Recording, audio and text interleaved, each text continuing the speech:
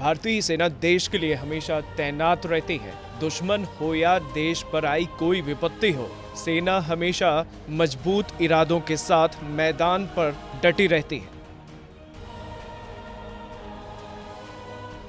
यही वजह है कि कोरोना काल में भी भारतीय सेना के तीनों हिस्से बखूबी अपनी जिम्मेदारी समझते हुए देश सेवा में जुटे हुए हैं। इस कड़ी में भारतीय नौसेना कोरोना के कारण खाड़ी देशों में फंसे हुए लोगों की मदद के लिए सामने आई है।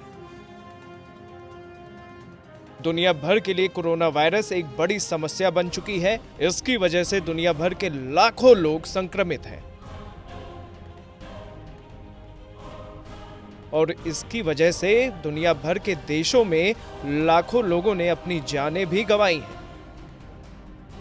जिसके बाद हर एक देश की सरकार ने एहतियातन अंतर्राष्ट्रीय उड़ानों पर प्रतिबंध, परिवहन सेवाओं पर रोक और यहां तक कि अपने देश में लॉकडाउन का भी ऐलान किया ताकि ज्यादा से ज्यादा लोगों को सुरक्षित रखा जा सके। लेकिन इस बीच अंतर्राष्ट्रीय उड़ानों पर रोक की वजह से अन्य देशों के कई लोग दूसरे देशों में फंस गए। कई भारतीय भी अन्य देशों में फंसे हुए हैं। हालांकि भारत सरकार ने कई देशों में फंसे अपने लोगों को एयरलिफ्ट किया और उन्हें वापस अपने देश लाया, लेकिन इसके बावजूद भी कई लोग अब भी दूसरे देशों में फंसे हुए हैं, जिनको वापस लाने के लिए अब भारतीय नौसेना ने कमर कस ली है। भारतीय नौसेना ने खाड़ी देशों में फंसे भारतीय लोगों को वापस लाने के लिए अपने लैंडिंग प्लेटफॉर्म, डॉक, युद्धपोत, INS जलाशय और 2 मगर श्रेणी के युद्धपोतों के साथ पूरी तैयारी कर ली है। INS जलाशय विशाखापट्टनम, जबकि मगर श्रेणी के दोनों युद्धपोत कोच्चि स्थित दक्षिणी नौसेना कमान में तैनात हैं। इन युद्धपोतों को स्टैंड बाय मोड पर रखा गया है और आदेश जारी होने के बाद इन्हें तुरंत रवाना कर दिया जाएगा।